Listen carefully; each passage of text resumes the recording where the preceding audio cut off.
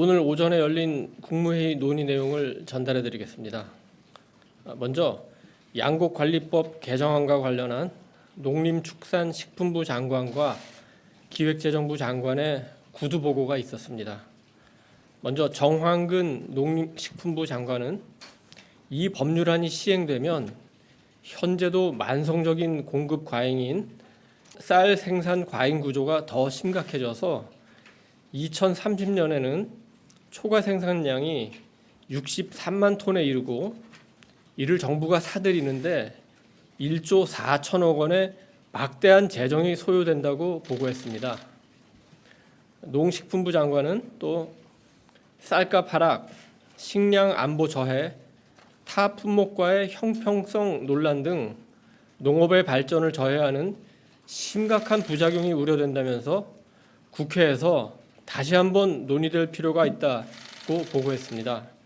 농식품부 장관은 오늘 아침까지 33개 농어민 단체에서 반대 성명서를 냈다고 보고했습니다.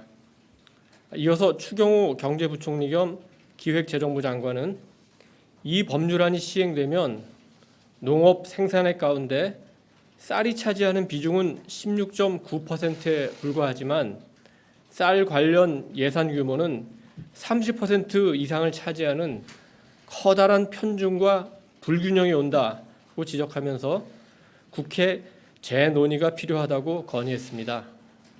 부총리는 현재 정부 양곡 매입 단가는 킬로그램당 2,677원인데 3년 비축 후에 주종용으로 판매할 때는 킬로그램당 400원에 불과한 수준이어서 재정에 큰 손해가 난다고 설명을 했습니다.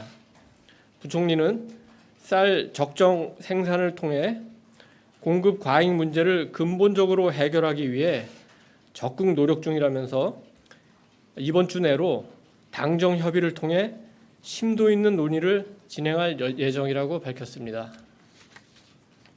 이에 대해 대통령은 국무위원들의 의견을 존중한다면서 당정 협의 등 다양한 경로의 의견 수렴을 통해 충분히 숙고한 뒤 결정하겠다고 말했습니다. 부총리와 농식품부 장관의 말씀은 별도로 서면으로 발언 전체를 공개하겠습니다. 국무회의에서는 또 북한 인권 보고서 발간에 대한 권영세 통일부 장관의 보고가 있었습니다. 보고가 끝난 뒤 대통령은 북한 인권의 실상을 공개하는 것은 국가 안보에도 매우 중요하다.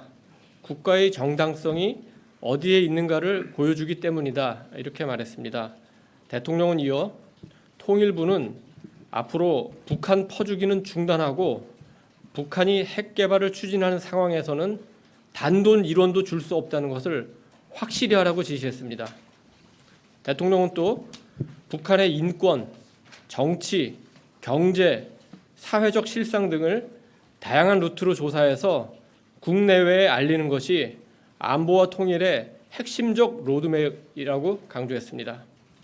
대통령은 지난주 대전 현충원에서 열린 서해 수호의 날 행사에서 유가족들이 일본에게는 사과하라고 입버릇처럼 말하는 사람들이 우리 자식을 죽인 북한에 대해서는 사과하라는 얘기를 왜 안 하느냐고 하소연을 했는데 이런 시각이 보편적으로 확산돼야 한다고 말했습니다.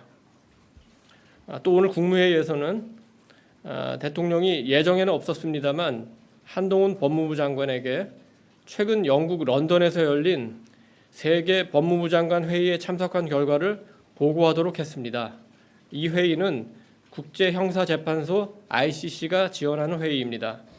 한 장관은 대통령께서 지난해 나토 정상회의에서 자유진영과의 연대 의지를 강력히 표명한 결과 국제사회가 우리 정부의 목소리를 더 들어보자는 차원에서 이번에 처음으로 ICC가 지원하는 회의에 초청을 했다고 설명하면서 ICC는 살인, 성범죄는 물론 납치 등 인권 침해 전반을 전쟁 범죄로 규정하고 있다고 전했습니다. 대통령은 정부가 곧 내수 활성화 대책회의를 개최하는데 비자 문제에 대해 법무부 장관이 전향적인 안을 갖고 오라고 당부했습니다. 대통령의 국무회의 마무리 발언을 소개해 드리겠습니다. 대통령은 우리 당이 작년부터 집권 여당이 되긴 했지만 당정 협의가 정상적으로 이루어지지 못했다면서 당정 협의의 중요성을 다시 한번 강조했습니다. 대통령은 모든 정책을 MZ세대, 청년의 관점에서 볼 필요가 있다면서 MZ세대는 그 세대뿐만 아니라 모든 세대의 여론을 주도하는 역할을 한다, 이렇게 말했습니다.